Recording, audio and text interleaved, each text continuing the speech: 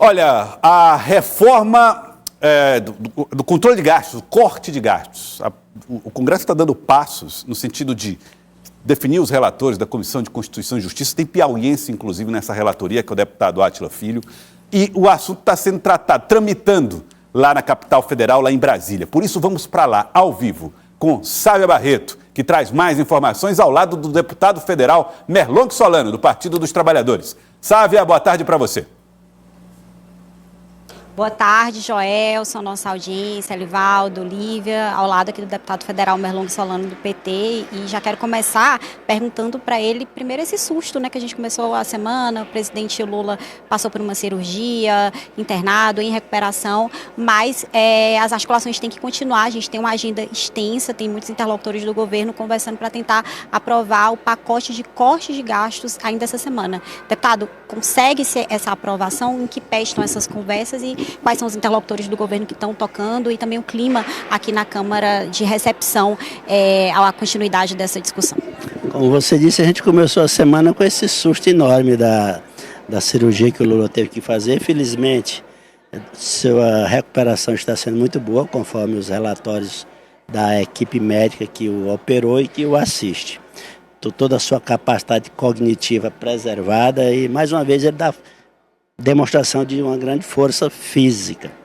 Segundo momento importante que nós vivemos aqui no Congresso Nacional, a necessidade de apreciarmos, além da LDO e do orçamento, o pacote de controle da evolução das despesas. Há 10 anos o Brasil apresenta déficit nas suas contas e isso não pode continuar. É preciso marchar para um ponto de equilíbrio e depois progressivamente para uma redução desse endividamento público, para que a gente tenha estabilidade fiscal repercutindo positivamente sobre a política monetária, redução da taxa de juros, que, como a economia brasileira sinaliza, ela está indo com muita força, apesar das elevadas taxas de juros. Imagine o que estaria acontecendo com a nossa economia e com a geração de empregos se as taxas de juros estivessem em patamares razoáveis. A gente tem perspectiva de votação essa semana ainda, deputado? Como é que está esse cronograma?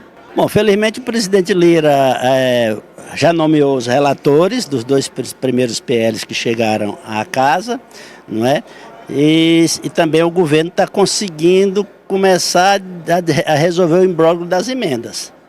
Por exemplo, começou a empenhar, começou a colocar tantas emendas impositivas pessoais como as de bancada em andamento, com a perspectiva muito forte de liberar muitos recursos ainda essa semana e na próxima semana.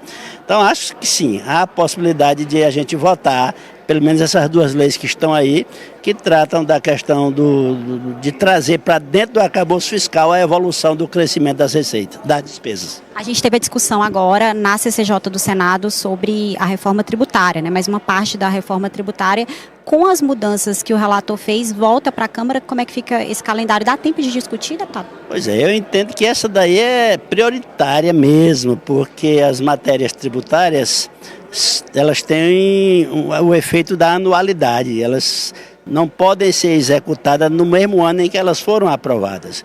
E como a reforma tributária tem um prazo de transição que vai até 2032, se nós não votarmos agora essas mudanças que o Senado fez, de modo que a lei seja sancionada ainda esse ano, a transição vai se estender até 2033. E essa reforma tributária que nós votamos, Sávia, ela é fantástica, porque ela tem um potencial muito grande de fazer a economia brasileira crescer mais rapidamente, aumenta a transparência do nosso sistema tributário, acaba a guerra fiscal, tem justiça tributária ao isentar do imposto toda a cesta básica, inclusive a carne, tem a devolução de parte do imposto pago sobre diversos itens importantes para as pessoas mais pobres, como a energia, como a água. Enfim, é uma reforma tributária de grande relevância. É importante que a gente consiga votar, nem que seja fazendo um esforço de alongar o calendário da Câmara e do Senado, conforme pelo menos eu estou disposto a fazer. Deputado, aproveitar que o senhor está aqui para a gente perguntar sobre esse assunto que está sendo muito comentado no Piauí, uma possível fusão cruzada entre progressistas e PT, a respeito das chapas de deputado estadual, deputado federal também. Como é que o senhor recebe essa conversa e se há diálogo aqui em Brasília sobre isso ou realmente foi uma movimentação da bancada estadual do Piauí nessa reunião que aconteceu essa semana? Bom, a política às vezes contempla apoios informais, articulações informais. Isso, a caminhada daqui a 2026 é que vai dizer se vai acontecer e qual a amplitude do que vier a acontecer. Já a aliança formal, cruzada formal, como foi feita entre MDB e PSD, eu acho impossível de acontecer.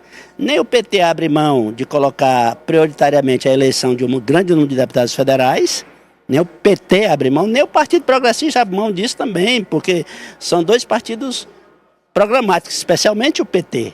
E a gente sabe que na bancada federal reside a sustentação da força de um partido político hoje no Brasil de maneira forte, porque o tempo de televisão, a verba partidária, a verba eleitoral, tudo isso tem como referência o número de parlamentares federais, de deputados federais. Joelson. Queria agradecer, Sávia, e antes de terminar, para a gente falar um pouco a respeito dessas discussões em torno da reforma do corte de gastos, saber o que ele achou da escolha dos relatores da CCJ, que inclui entre eles Átila Filho, deputado federal do estado do Piauí.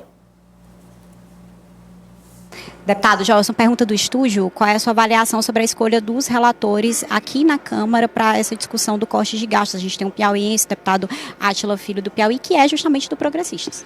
Pois é bom ter um piauiense, é uma pessoa que a gente tem acesso para dialogar, o Átila Filho. Isso mostra a força e a boa articulação que há entre o Ciro Nogueira e o presidente Lira, coisa que já aconteceu no momento que o Júlio Arco Verde foi escolhido como presidente da CMO. De outro lado, o Isnaldo Bulhões é um deputado também aberto ao diálogo. Enfim, acho que o Lira mostrou o seu jeito de fazer as coisas. São dois parlamentares de dois grandes partidos e que têm uma boa capacidade de diálogo. Isso é bom para ajudar a vencer as dúvidas e rejeições do centro político. Porque nós da esquerda vamos votar a favor do corte de gasto com os ajustes que a casa sempre costuma fazer. Obrigado, deputado. Muito obrigado, Sávia. Muito obrigado ao deputado Merlong Solano, do Partido dos Trabalhadores. Sávia continua aqui com a gente. Você viu aí, Elivaldo Barbosa, as falas do deputado Merlong Solano, em especial sobre essa aliança PT-progressistas. Eu acredito que é por aí mesmo. Essa dificuldade de diálogo realmente é visível, né, na construção dessa estratégia. Estou me referindo especificamente a essa história da aliança cruzada, tá? Indicações de... um partido indica candidatos a deputado estadual e o outro a deputado federal. Não é à toa, Joelson, que o deputado Merlong Solano é um professor e um bom professor, porque ele didaticamente explicou, dispensando até qualquer outra espécie de artifício. Ele foi direto ao assunto, que eu concordo plenamente. E ontem o deputado Bessar Filho, deputado estadual, também abordou nessa mesma linha e sendo do Progressistas, afirmando da dificuldade que os dois partidos teriam, por exemplo, para alinhar uma chapa cruzada, abrindo mão das candidaturas federais. Como que as legendas iam sobreviver? Se no Piauí é um estado estratégico para o PT na eleição de deputados federais, pelo desempenho que teve, inclusive em 2014, 2022, elegendo quase a metade da bancada. Aí vai dar para outra legenda. E o Progressistas, um partido nacional também da mais alta relevância política, como é que iria abrir mão de uma bancada que potencialmente tem condições de ser eleita através de um estado? Então eu acredito que essa possibilidade também não é nem remota não, beira a impossibilidade, já que o nosso código impede da gente falar que é impossível alguma coisa na política. E, além disso, Elivaldo, concordo com a sua avaliação.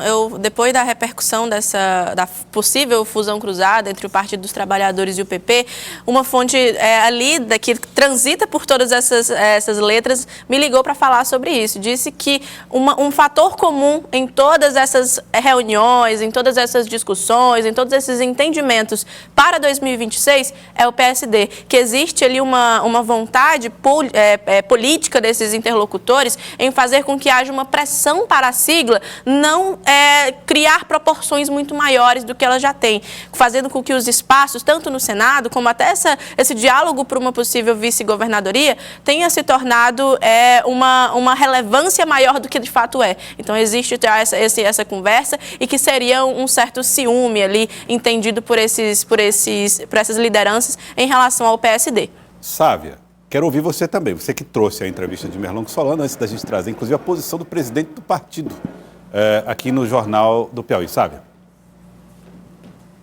Joelson, o que eu posso acrescentar, além do que os colegas falaram, o próprio deputado também desenhou muito bem sobre esse cenário, é uma informação de bastidores. Uma leitura que alguns atores políticos têm feito é de que há uma ala do PT histórico, do PT tradicional, inclusive PT com mandato, que sente que tem que ser ouvida na indicação do vice do governador Rafael Fonteles já na chapa de 2026. A gente sabe que é natural que o governador, qualquer governador bem avaliado, ele tem a prerrogativa de fazer a indicação do vice mais alinhado a ele politicamente, ideologicamente, mas os outros partidos querem ser ouvidos, querem, claro, fazer essa indicação também. Então, essa ala do PT entende que tem que ser ouvida para fazer essa indicação. Então, é uma indicação do PT, o caminho natural é que seja. Agora, de que PT? Do PT do governador Rafael Fonteles ou do PT mais tradicional, PT raiz? Então, termina se denotando uma insatisfação e uma maneira de passar um recado, porque, como o Elivaldo pontuou muito bem, essa fusão cruzada não tem perspectiva nenhuma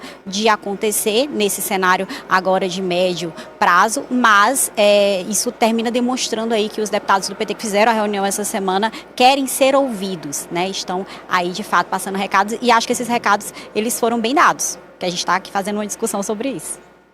Inclusive, o Elivaldo gravou uma entrevista com Joel Rodrigues, que é presidente do Diretório Estadual do Progressistas, falando a respeito dessa possibilidade. Existe esse diálogo? Ele responde. O que a gente percebe é que há uma discussão muito forte na governabilidade em nível nacional, isso de apoio à governabilidade. E aqui, em relação ao Piauí, nós não temos essa discussão dessa aliança cruzada com o PT. Isoladamente, alguns podem até estar falando sobre isso.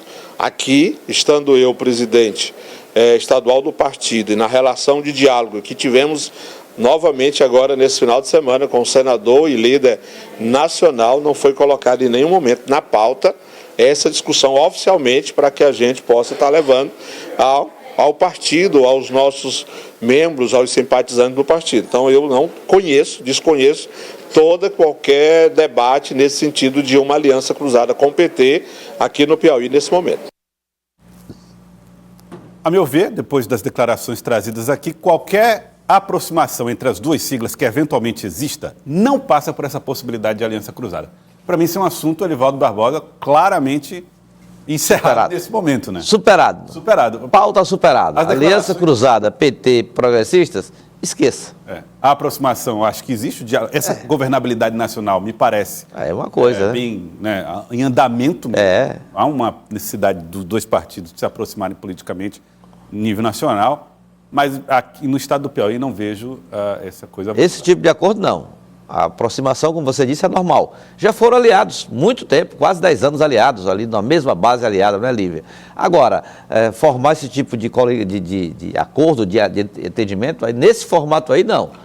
Há uma federação, a federação legalmente é possível, eu também não vejo chance de PT e progressistas formalizarem uma federação nacional envolvendo as duas legendas. Então, o normal mesmo pode acontecer, era uma aliança política, o PP migrar por inteiro para a base aliada ao presidente Lula e isso ter alguma repercussão também nos estados, inclusive aqui no Piauí.